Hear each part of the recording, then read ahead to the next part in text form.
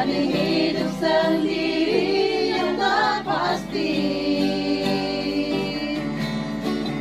Hanya Yesus sumber pengharapan, tempat jawaban setiap permohonan. Yang lalu biarlah berlalu, jangan pernah disesali.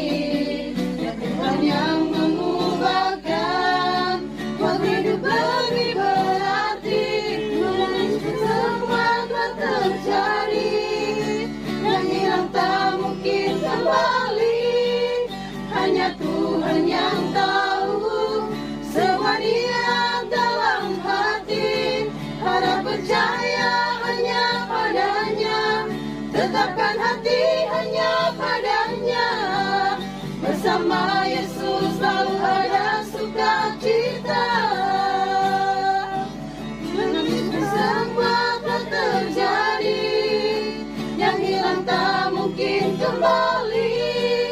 Hanya Tuhan yang tahu, semua Dia dalam hati. Harap percaya hanya padanya, tetapkan hati hanya padanya.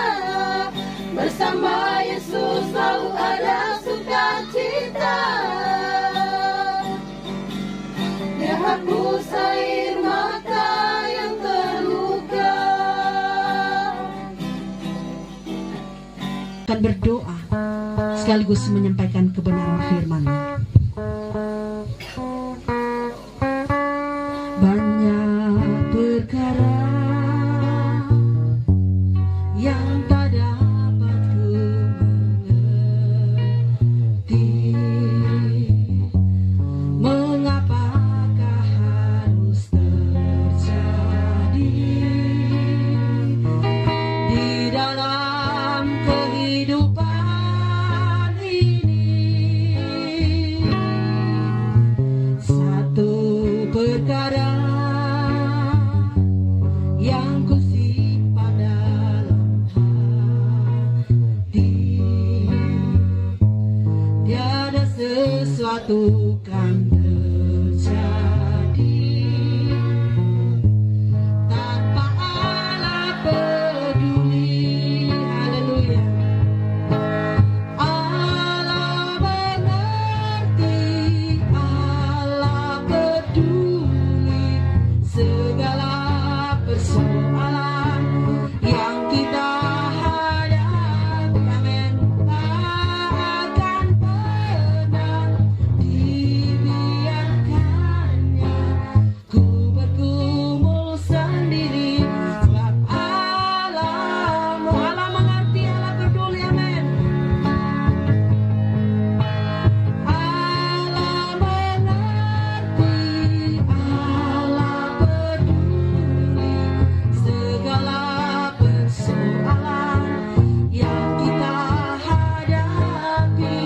Tak akan pernah dibiarkannya ku bergumul sendiri, sebab Allah mengerti, Allah peduli.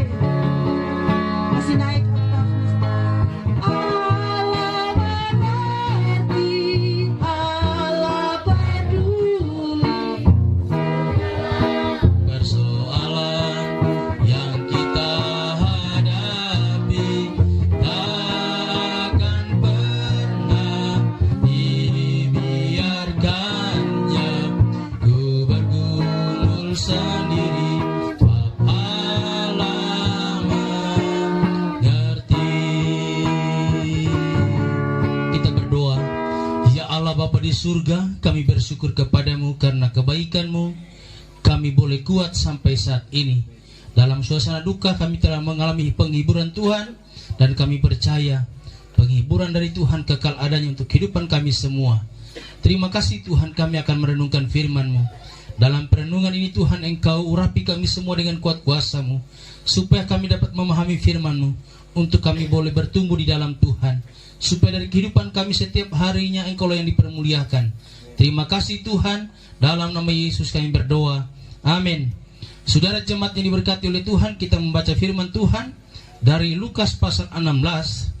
Lukas pasal 16 ayatnya yang ke-19 sampai ayatnya yang ke-27. Saya tidak baca sampai ayat ke-31, nanti kita bahasa moto. Orang kaya dan Lazarus yang miskin. Ada seorang kaya yang selalu berpakaian jubah ungu dan kain halus, dan setiap hari ia bersukaria dalam kemewahan. Dan ada seorang pengemis bernama Lazarus, badannya penuh dengan borok, berbaring dekat pintu rumah orang kaya itu, dan ingin menghilangkan laparnya dengan apa yang jatuh dari meja orang kaya itu. Malahan anjing-anjing datang dan menjilat boroknya. Kemudian matilah orang miskin itu, lalu dibawa oleh malaikat-malaikat ke pangkuan Abraham. Orang kaya itu juga mati, lalu dikubur. Dan sementara ia menderita sengsara di alam maut, ia memandang ke atas, dan dari jauh dilihatnya Abraham dan Lazarus duduk di pangkuannya. Lalu ia berseru, katanya, "Bapa Abraham, kasihanilah aku. Suruhlah Lazarus supaya ia mencelupkan ujung jarinya ke dalam air dan menyejukkan lidahku, sebab aku sangat kesakitan dalam nyala api ini." Tetapi Abraham berkata, "Anak, ingatlah bahwa engkau telah menerima segala yang baik sewaktu hidupmu, sedangkan Lazarus segala yang buruk. Sekarang ia mendapat hiburan dan engkau sangat menderita. Selain daripada itu, di antara kami dan engkau terbentang jurang yang tak terseberangi, supaya mereka yang mau pergi dari sini kepadamu, ataupun mereka yang mau datang dari situ kepada kami, tidak dapat menyeberang." Kata orang itu, "Kalau demikian, aku minta kepadamu Bapa, supaya engkau menyuruh dia ke rumah ayahku, sebab masih ada 5 orang saudaraku, supaya memperingati mereka dengan sungguh-sungguh, agar mereka jangan masuk kelak ke dalam tempat penderitaan ini." Saudaraku yang diberkati oleh Tuhan, pada malam hari ini saya beri tema khotbah untuk ibadah 40 hari ini adalah, saya beri tema dengan bahasa Uma, "Apa ria rapi di ompiku." Nah, saudaraku yang diberkati oleh Tuhan, saya suka semangat khotbah. Satu kali waktu, karena nak ini semangat, kupekuner atau mau jemaat, kuli ompi-ompi ku hemat udah tam surga. Ongko paling, haleluya. Hangkani pukukune hemat udah tam surga, haleluya. Hemat udah tam surga, haleluya. Kebetulan mereka turu halwa tetuama. Nah, jui. Begitu kakeboyan aku kukune, hemat udah tam neraka. Korehnya aku. Nah, pikiri surga be. Karena dia ketiduran. Nah, di zaman corona ini susah kita mengetahui siapa yang mengantuk. Apa nih monya rarompo liora? Monya bongo, wah mata ilui. Jadi ane mau khotbah, biasanya aku kuhilok gitu jemaat. Ane jui-jui lah dan mau kalawai. Hoti khotbah sohi. Yang lebih parah itu ane nakoloti anak. Kalau lino-lino kan anak koloti. Begitu dia anak-anak mau singgu topo khotbah.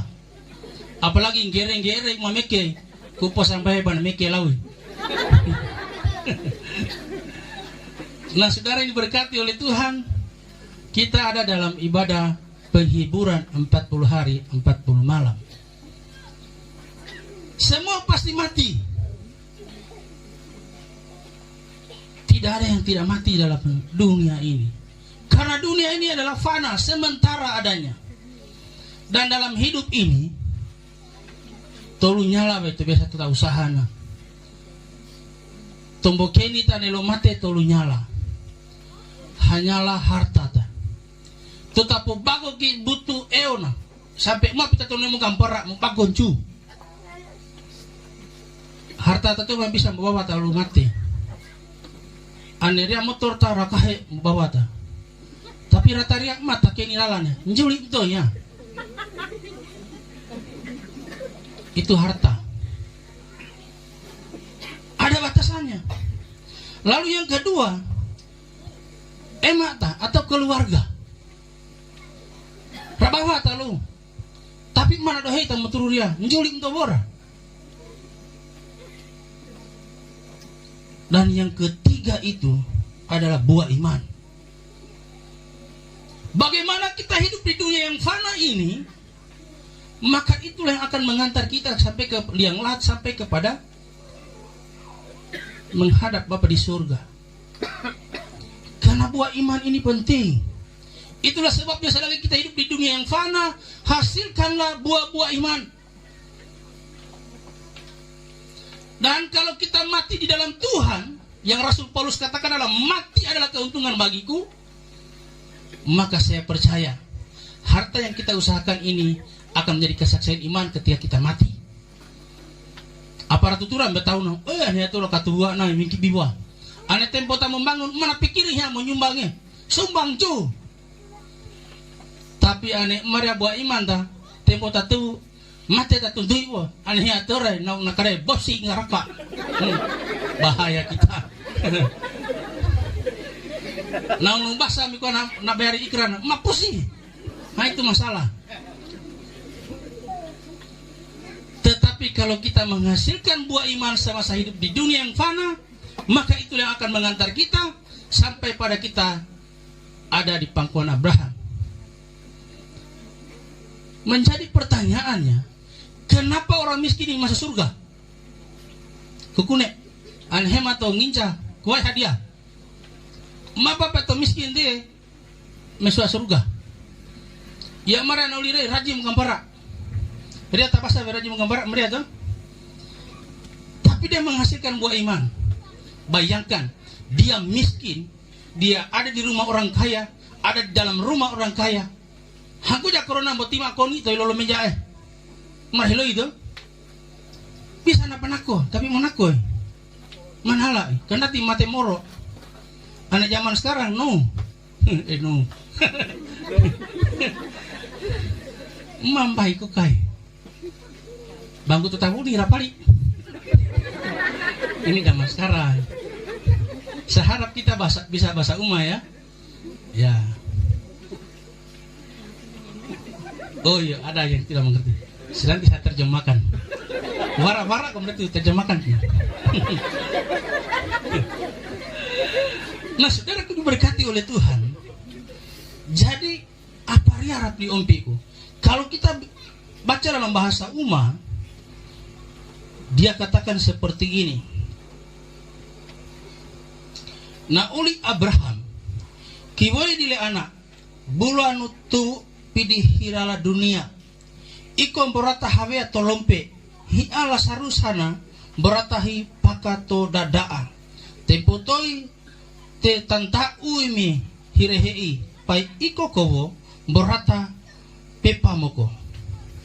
Nah, dari situ ayat 29 dikatakan nauli Abraham ria merakasura tora uki Musa pai nabi-nabi tani. Ini bicara tentang ompik.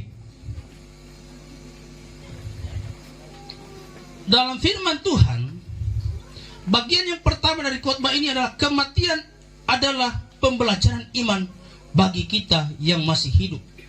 Pengkhotbah 7 ayat 2 mengatakan pergi ke rumah duka lebih baik daripada ke rumah pesta.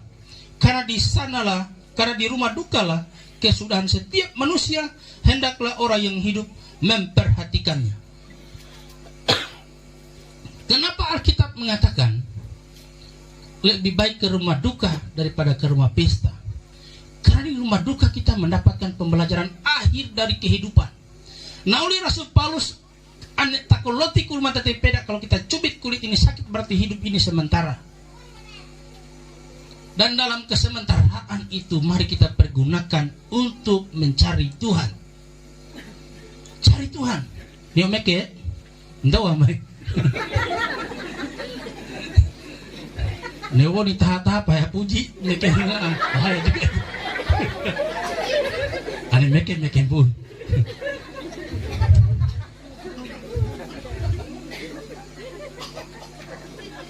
Jadi memang penting belajar ibadah itu penting.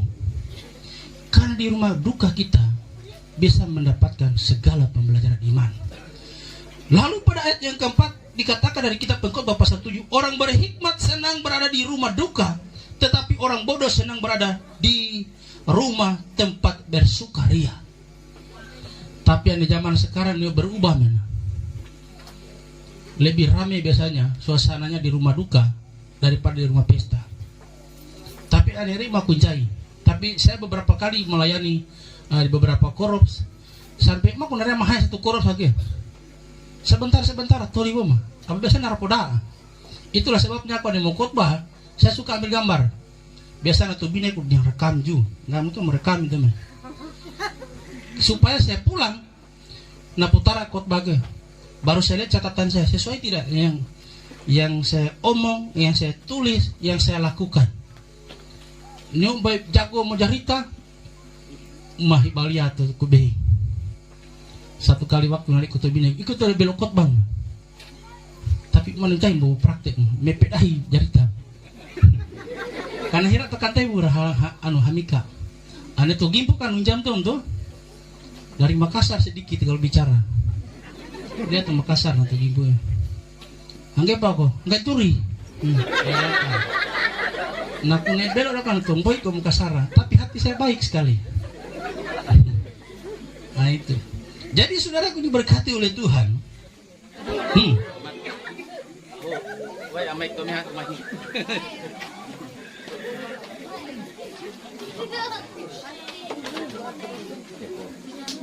Tes 1 2 Pak Muni. Tes 1 1. Bangun. Sudah. Tes. Halo. Ya.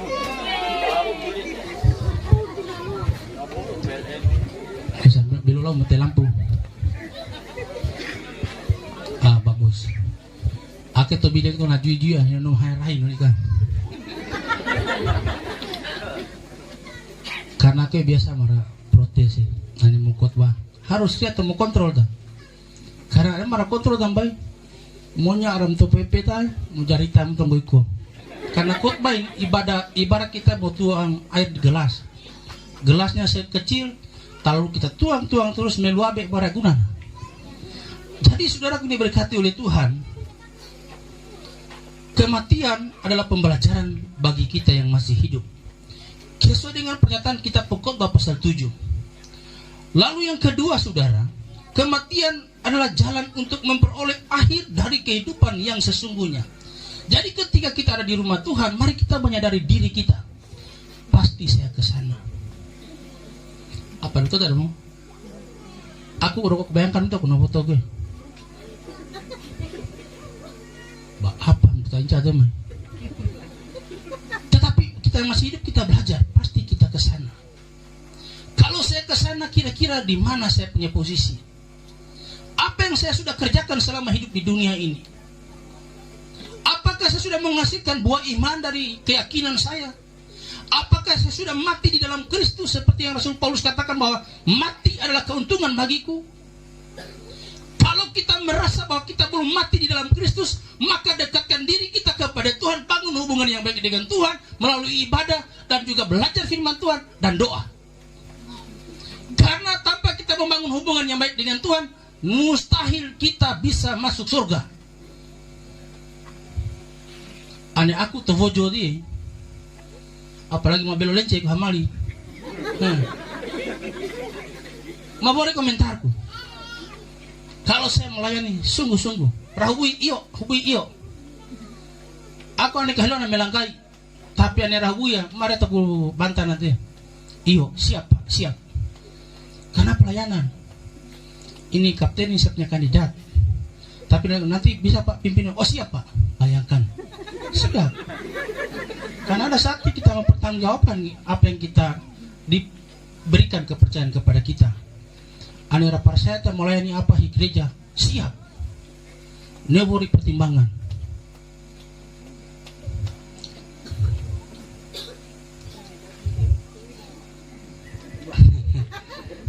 Baiklah, kupoti apa nak? Kok depo mah? Apa nih corona teh haja apa menggambar ini mahai. Ada batasannya. Melabi haja kita melanggar aturan protokol kesehatan. Tuhan Yesus memberkati kita. Mari kita berdoa. Ya Allah Bapa di dalam kerajaan surga, kami memuji Engkau Tuhan karena Engkau baik. Meteraikanlah firman Tuhan untuk kehidupan umat-umat Tuhan yang sudah mendengar firman pada malam hari ini, supaya kami semakin dekat kepada Tuhan dan dapat membangun hubungan yang baik dengan Tuhan.